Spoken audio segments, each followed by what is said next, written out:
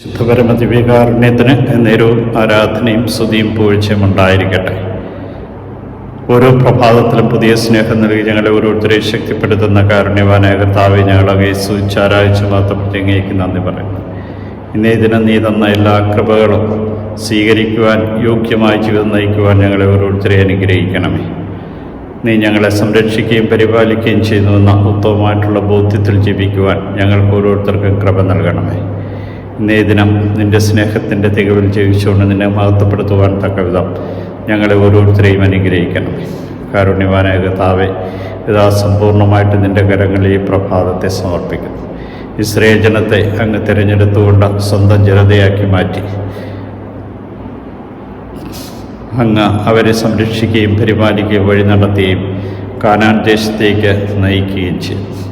സ്നാപയോഹന്നാനിലൂടെ ദൈവത്തിൻ്റെ തിരഞ്ഞെടുപ്പ് പ്രത്യേകമായിട്ട് ഇസ്രായേൽ ജനത്തെ ഓർമ്മിപ്പിക്കുകയും അവർക്കൊരു രക്ഷകനെ വാഗ്ദാനം ചെയ്ത രക്ഷകൻ വരുവാൻ സമയമായെന്ന് യോഹന്നാൻ ഓർമ്മിപ്പിക്കുകയും ചെയ്തു. തിരഞ്ഞെടുക്കപ്പെട്ടവൻ തിരഞ്ഞെടുത്തവനേക്കാൾ വലിയവനല്ലെന്ന് ഞങ്ങളെ ഓരോരുത്തരെയും ഓർമ്മിപ്പിച്ച കാരുണ്യവാനായ കർത്താവായ യേശു ഈ ലോകത്തിലേക്ക് വന്നത് സകല ജനത്തെയും രക്ഷിക്കുവാൻ വേണ്ടിയാണെന്ന് യോഹന്നാനിലൂടെ ഞങ്ങൾക്ക് വെളിപ്പെടുത്തി തരുന്ന കാരുണ്യവാനായ കർത്താവേ, സ്നേഹത്തിൻ്റെ തികവിൽ ജീവിക്കുവാൻ ഞങ്ങളെ ഓരോരുത്തരെയും വിളിച്ചതിനെ ഓർത്ത് നന്ദി പറയുന്നു.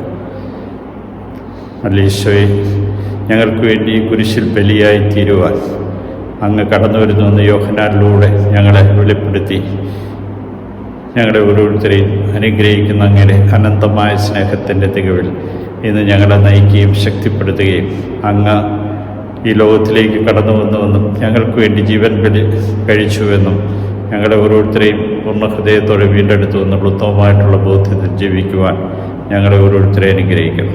കാരുണ്യവാനായ കർത്താവേ, നിൻ്റെ കൃപാവരത്തിൻ്റെ നിറവിൽ ഞങ്ങളെ നയിക്കണമേ. ഈ ദിവസം ആവശ്യമായ എല്ലാ അനുഗ്രഹം നൽകണമേ.